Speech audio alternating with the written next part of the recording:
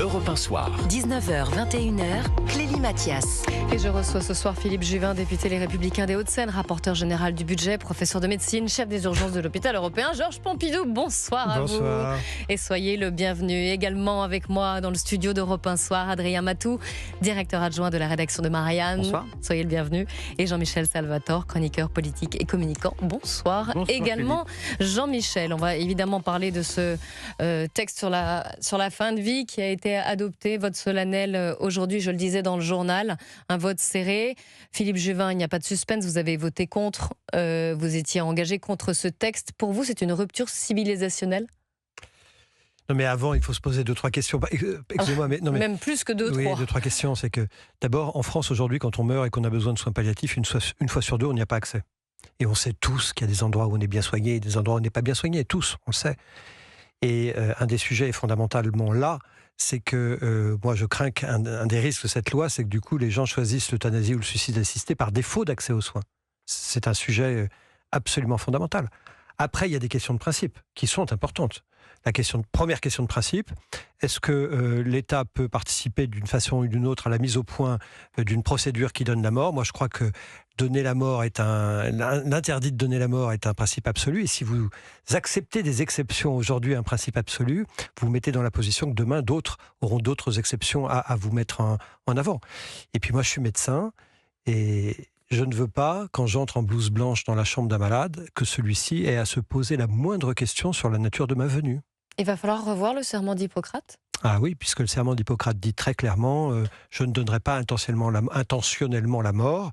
Par définition, l'euthanasie, le suicide assisté, puisque désormais on va demander, enfin si la loi est votée, elle n'est pas encore, il y a encore le Sénat, la troisième lecture, etc.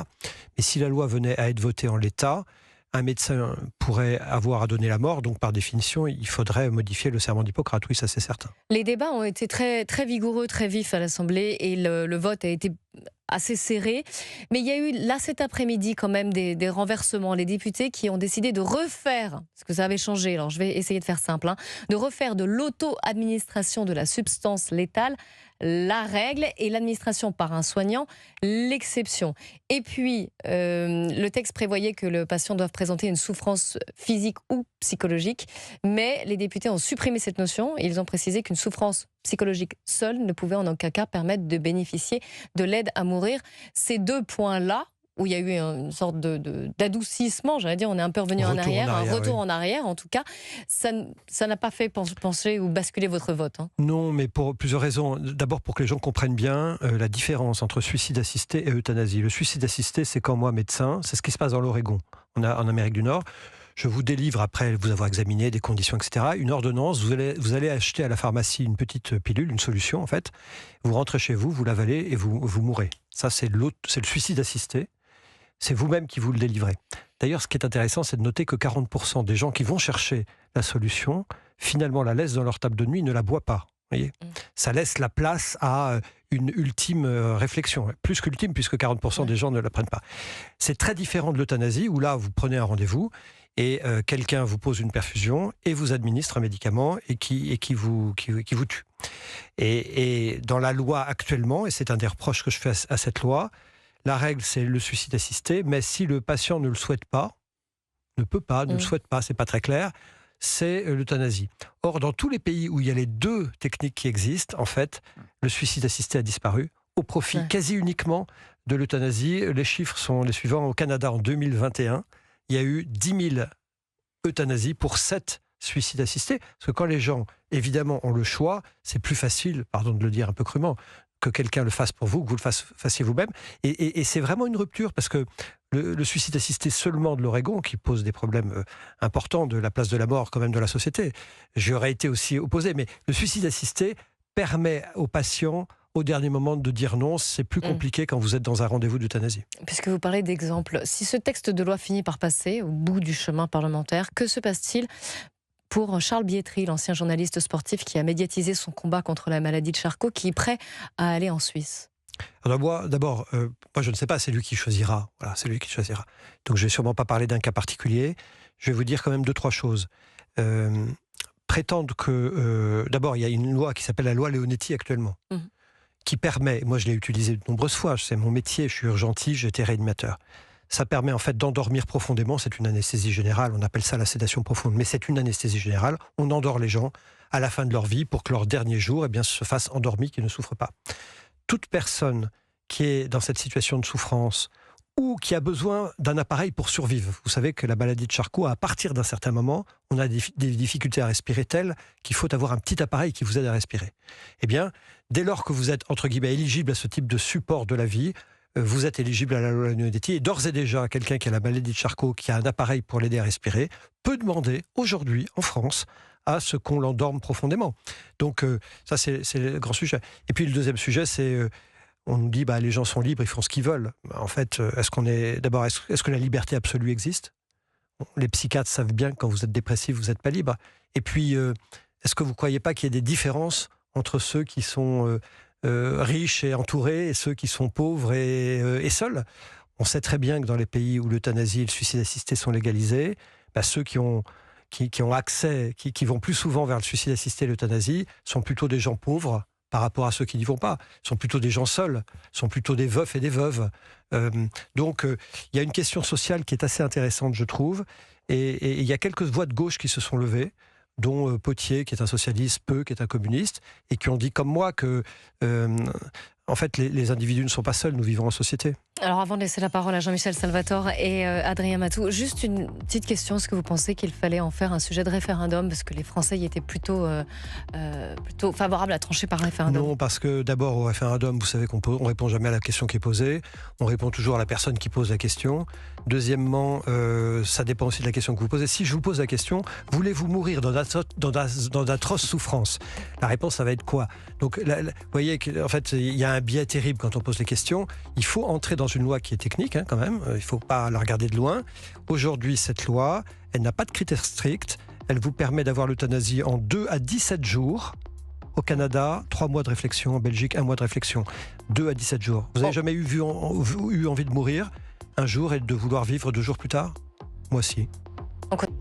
Europe 1 Soir. 19h, 21h, Clélie Mathias. Et je suis toujours en compagnie de Philippe Juvin, député Les Républicains des Hauts-de-Seine et chef des urgences de l'hôpital européen Georges Pompidou. En compagnie également d'Adrien Matou, directeur adjoint de la rédaction de Marianne, et Jean-Michel Salvatore, chroniqueur politique et communicant.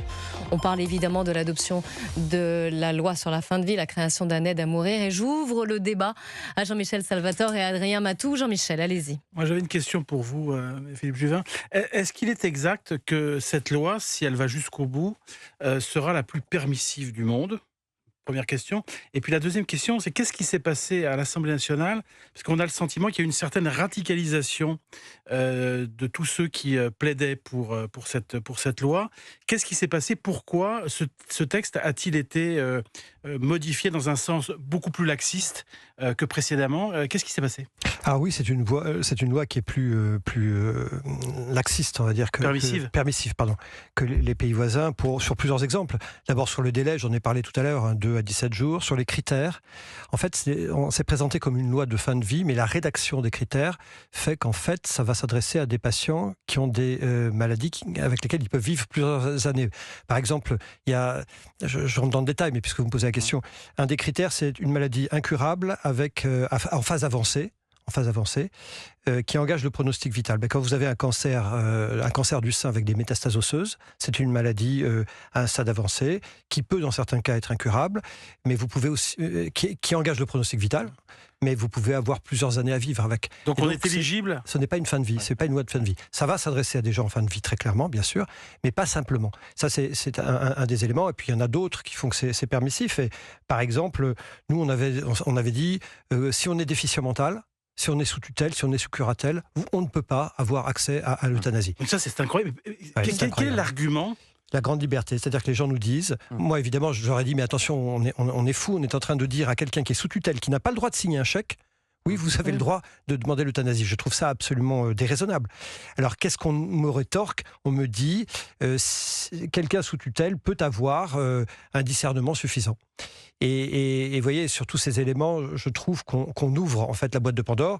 Et puis, dernier exemple, mais il y en a vraiment beaucoup, la collégialité. On pourrait imaginer que dans une situation aussi importante, quand vous demandez l'autorisation d'avoir accès à l'euthanasie, vous soyez examiné par plusieurs médecins, psychiatres, etc. En fait, vous pourrez ne voir physiquement qu'un seul médecin, Alors vous pouvez en voir un deuxième, mais il n'est pas obligé de vous voir, il peut regarder votre dossier. Pas d'avis d'un psychiatre, pas d'avis du médecin traitant, qui pourtant vous connaît. Tout ça fait que c'est expéditif et puis les critères sont assez flous en fait. Adrien Matou.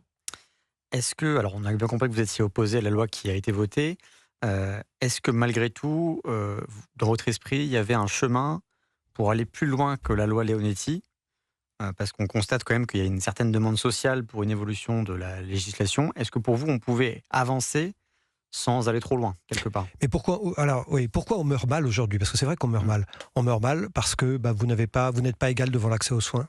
Donc c'est les soins palliatifs finalement. Alors pas seulement en fait, une personne sur deux effectivement qui meurt, qui a besoin de soins palliatifs. En France, il n'y a pas accès. Je crois que c'est 500 personnes tous les jours qui décèdent sans soins palliatifs dont ils auraient besoin. Mais il n'y a pas que les soins palliatifs, il y a le reste. Vous pouvez aussi mourir mal parce que vous avez mal. On ne dépend pas tous des soins palliatifs.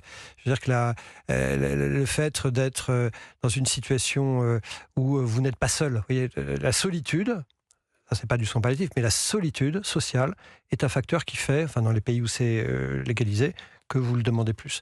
Donc c'est la pauvreté, et c'est la solitude, et c'est l'accès aux soins qu'il aurait fallu d'abord travailler. Mais pour ça, pour faire en sorte que 100% des Français qui ont besoin de soins palliatifs aient accès aux soins palliatifs, il faut des années, parce qu'il faut former les gens. Ce n'est pas qu'un problème d'argent.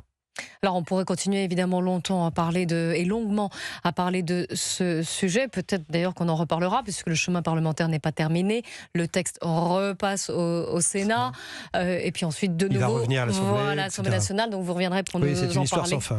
Mais c'est un texte majeur et c'est important qu'on y passe le temps nécessaire.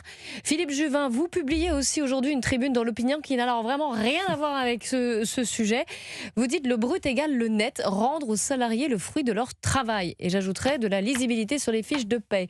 Expliquez-nous, alors, vous rompez avec le modèle social, l'idée de redistribution non, et tout ça ? D'abord, est-ce que vous avez déjà regardé votre fiche de paye? Moi, quand je la regarde, je ne comprends rien. C'est bien simple. Il y a un nombre de lignes. Mais c'est surtout affreux. Tout dépend. Non, mais vous êtes d'accord. La soustraction. Vous êtes d'accord que c'est incompréhensible. C'est quoi la conséquence de ça? C'est qu'en fait, on a le sentiment que le travail n'est pas bien récompensé et les gens se disent, au fond, le brut étant tellement important que travailler plus ne va pas vraiment changer ma vie. Donc, ça c'est la première observation. Deuxième observation, nous avons un modèle social parce que le brut, il faut bien comprendre, mais ça les gens le savent, ça sert à quoi? Ça sert à financer la sécurité sociale. Le problème, c'est qu'on a un modèle social qui est essentiellement financé par le travail. Avec une population qui vieillit, avec un chômage de masse, forcément, le nombre de gens qui cotisent par leur travail à financer la sécurité sociale s'amoindrit. Et donc, on a une vraie difficulté de financement de la sécurité sociale, uniquement par le travail, d'ailleurs à tel point qu'aujourd'hui, c'est le budget de l'État qui vient en sécurité, réinjecter de la TVA, etc., etc. Et puis enfin, troisièmement, il y a un problème de pouvoir d'achat en France. On le voit bien. Vous savez, les statistiques, malheureusement, ne manquent pas.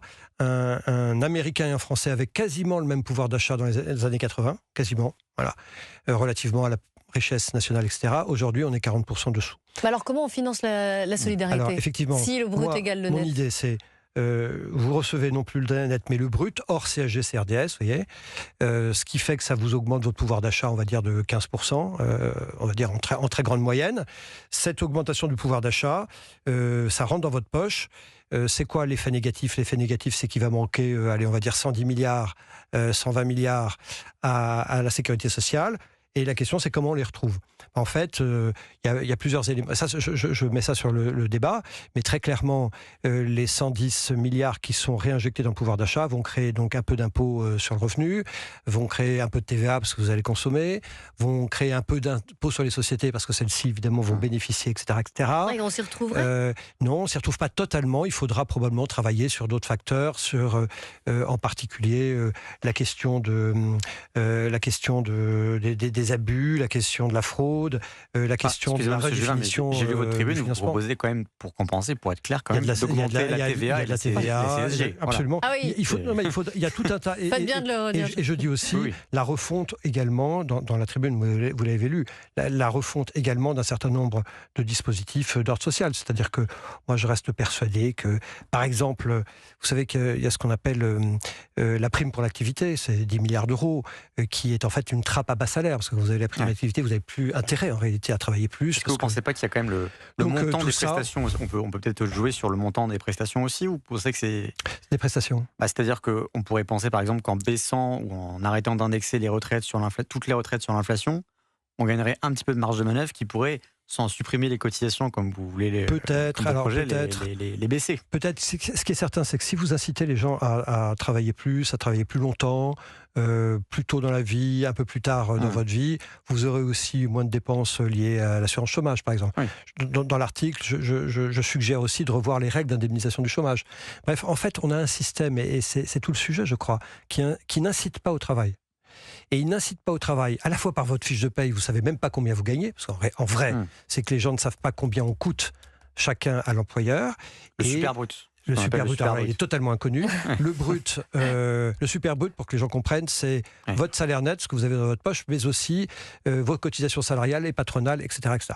Et donc, ce que vous coûtez, en fait, à votre employeur. Enfin, tout le monde l'ignore, personne ne le sait. Je pense qu'il faut redonner de la lisibilité aux choses et surtout inciter les gens à travailler. Et moi, je pense que la France meurt. Un des éléments de la mortalité de la France, si je puis dire, c'est que nous ne travaillons pas assez. Quand vous comparez le nombre d'heures travaillées en France divisé par le nombre de Français qui travaillent, nous sommes à la queue de l'OCDE. Alors c'est vrai que c'est assez séduisant, mais est-ce que vous avez fait une simulation sur votre idée? Parce que bon, évidemment, c'est extrêmement risqué. Et quand on voit les déficits publics aujourd'hui, est-ce qu'on a les moyens de se tromper à 5 milliards près, 10 milliards près, 20 milliards près? En fait, Philippe Juvin, je vous demande une réponse très courte. Oui, je sais. Pour baisser le déficit, il y a 3 manières. Soit vous augmentez les impôts, on est champion du monde, donc on va essayer de ne pas le faire. Soit vous baissez votre dépense et vous dépensez mieux, ça il faut absolument le faire. Soit vous augmentez, et ça il faut le faire en plus, vous augmentez l'activité. Le nombre, vous créez la création de richesse dans le pays. Et ce que je veux à travers ça, en fait, c'est concourir à ce que les gens aient intérêt à travailler plus, à produire plus, et donc à créer plus de richesse. Je veux dire, si on ne fait pas ça, si on ne fait pas ce type de mesures, en fait, on n'y arrivera pas. Et d'année en année, la charge de la dette va augmenter de telle manière que, c'est déjà presque le cas, la charge de la dette est la première dépense de l'État. Et moi, je préfère payer des services publics plutôt que de payer des fonds de pension américains à qui j'ai prêté de l'argent il y a quelques années. Merci beaucoup Philippe Juvin d'être venu ce soir dans